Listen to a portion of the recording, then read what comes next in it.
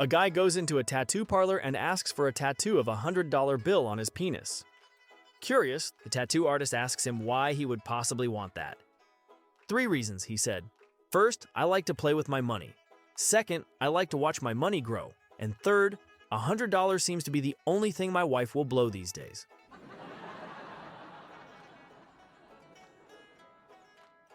A young couple, just married, were in their honeymoon suite on their wedding night. As they undressed for bed, the husband, who was a big burly man, tossed his pants to his wife and said, "Here, put these on." She put them on, and the waist was twice the size of her body. "I can't wear your pants," she said.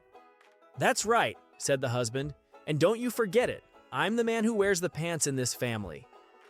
With that, she flipped him her panties and said, "Try these." He tried them on and found he could only get them on as far as his kneecaps. "Hell, I can't get into your panties." "That's right," his wife said, "and that's the way it's going to be until you change your attitude."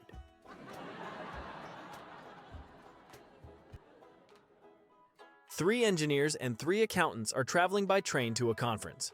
At the station, the 3 accountants each buy a ticket and watch as the 3 engineers only buy 1 ticket. An accountant asked, "How are 3 people going to travel on only 1 ticket?" One of the engineers answered, "Watch and you'll see." They all board the train. The accountants take their respective seats, but all 3 engineers cram into a restroom and close the door behind them. Shortly after the train has departed, the conductor comes around collecting tickets. He knocks on the restroom door and says, "Tickets, please." The door opens just a crack and a single arm emerges with a ticket in hand. The conductor takes it and moves on. The accountants see this and agree it is a clever idea. So after the conference, the accountants decide to copy the engineers on the return trip and save some money. When they get to the station, they buy 1 ticket for the return trip. To their astonishment, the engineers don't buy a ticket at all. "How are you going to travel without a ticket?" says one perplexed accountant. "Watch and you'll see," answered an engineer. When they board the train, all 3 accountants cram into a restroom and the 3 engineers cram into another one nearby. The train departs. Shortly afterward, one of the engineers leaves his restroom and walks over to the restroom where the accountants are hiding. He knocks on the door and says, "Tickets, please."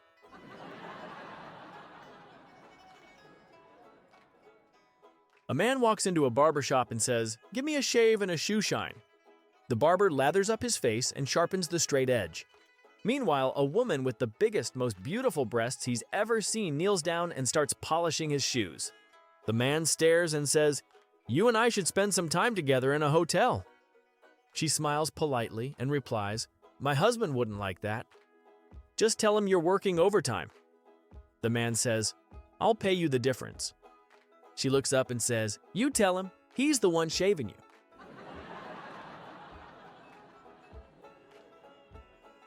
Late one afternoon, the Air Force folks out at Area 51 were very surprised to see a Cessna landing at their secret base. They immediately impounded the aircraft and hauled the pilot into an interrogation room. The pilot's story was that he took off from Vegas, got lost, and spotted the base just as he was about to run out of fuel.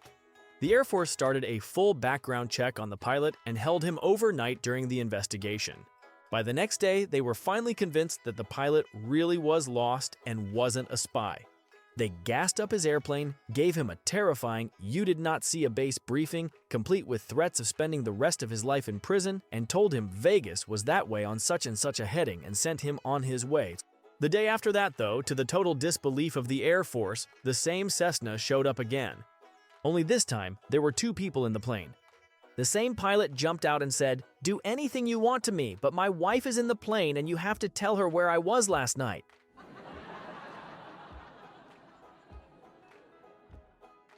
Bubba dies in a fire and his body is pretty badly burned. The morgue sends for his 2 best friends, Daryl and Gomer, to identify the body. Daryl arrives first, and when the mortician pulls back the sheet, Daryl says, "Yup, his face is burned up pretty bad. You better roll him over." The mortician rolls him over and Daryl says, "Nope, ain't Bubba." The mortician thinks this is strange. Then he brings Gomer in to identify the body. Gomer takes a look at the face and says, "Yup, he's pretty well burned up. Roll him over." The mortician rolls him over and Gomer says, "No, it ain't Bubba." The mortician asks, "How can you tell?" Gomer said, "Well, Bubba had 2 assholes."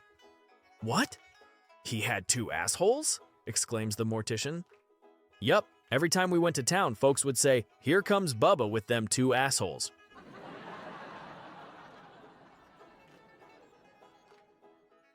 A routine police patrol was parked outside a bar in the Outback.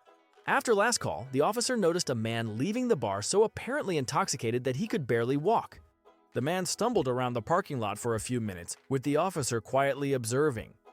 After what seemed eternity, in which he tried his keys on 5 different vehicles, the man managed to find his car and fall into it. He sat there for a few minutes as a number of other patrons left the bar and drove off. Finally, he started the car, switched the wipers on and off, flicked the blinkers on and off a couple of times, honked the horn, and then switched on the lights. He moved the vehicle forward a few inches, reversed a little, and then remained still for a few more minutes as some more of the other patrons' vehicles left. At last, when his was the only car left in the parking lot, he pulled out and drove slowly down the road. The police officer, having waited patiently all this time, now started up his patrol car, put on the flashing lights, and promptly pulled the man over and administered a breathalyzer test. To his amazement, the breathalyzer indicated no evidence that the man had consumed any alcohol at all. Dumbfounded, the officer said, "I'll have to ask you to accompany me to the police station. This breathalyzer equipment must be broken." "I doubt it," said the man. "Tonight I'm the designated decoy."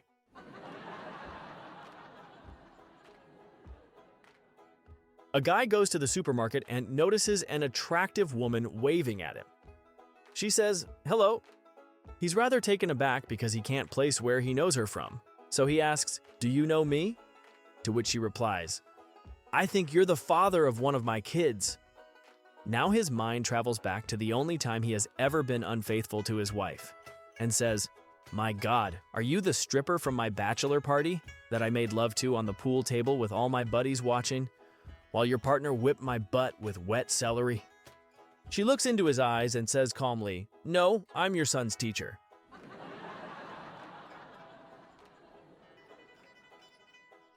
A lady goes to her parish priest one day and tells him, "Father, I have a problem. I have 2 female parrots, but they only know how to say one thing." The priest asked, "What do they say?" "They say, 'Hi, we're prostitutes. Do you want to have some fun?'" "That's obscene," the priest exclaimed. "I can see why you are embarrassed." He thought a minute and then said, "You know, I may have a solution to this problem. I have 2 male parrots whom I have taught to pray and read the Bible. Bring your 2 parrots over to my house, and we will put them in the cage with Francis and Job. My parrots can teach your parrots to praise and worship. I'm sure your parrots will stop saying that phrase in no time." "Thank you, Father," the lady responded. "This may very well be the solution."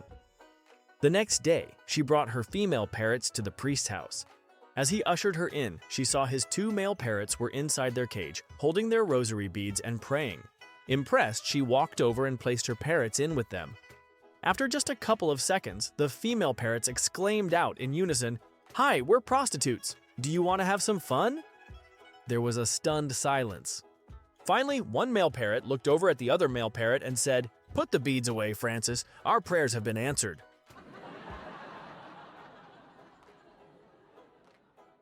A lawyer boarded an airplane in New Orleans with a box of frozen crabs and asked a blonde stewardess to take care of them for him.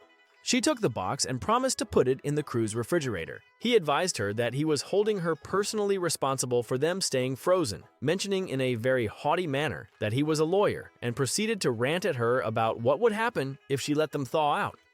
Needless to say, she was annoyed by his behavior. Shortly before landing in New York, she used the intercom to announce to the entire cabin, "Would the lawyer who gave me crabs in New Orleans raise his hand?" Not one hand went up, so she took them home and ate them.